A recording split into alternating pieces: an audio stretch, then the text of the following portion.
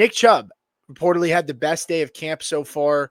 You know, this this this running back room is absolutely atrocious right now. It's really not one that I'm heavily investing in. If I was going to take a running back in this room, it's definitely not Nick Chubb. So I just, I struggle with the Nick Chubb news, and bear with me here because I want to grab the entire Texans depth chart so far just to get a full read of who's in this room. But overall, I mean, the running back room outside of Joe Mixon, you have Damian Pierce, you have Woody Marks, who was drafted 4th round this year. The team traded up to get him. You have Jawar Jordan, J.J. Taylor, Dyer Ungumbawale, and Damian Pierce, who came off. I think he just came off the injury report. I'd have to check that out.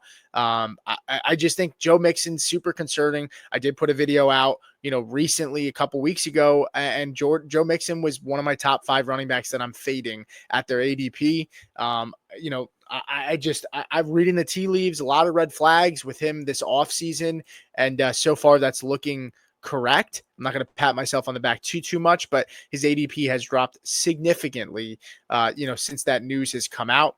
But I think Jordan James is the guy that I would prefer in this room if I was going to take anybody. I don't know how much value Nick Chubb is going to have. He could be solid.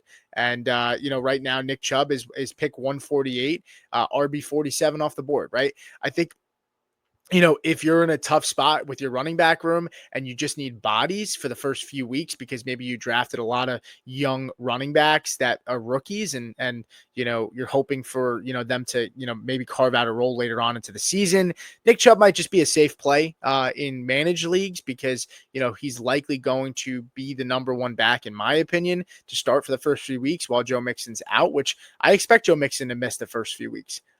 So that's a situation where I would take Nick Chubb if your running back room is not super strong, and you start getting to where Nick Chubb's drafted. It's Garendo, who is not going to be a starter unless there's injury, and it's just a bunch of handcuffs outside of that, right? Maybe Jerome Ford is the starter if this whole situation with Quinshon Judkins doesn't get sorted out. But that's a world where I would draft Nick Chubb. I think it's a fine cost.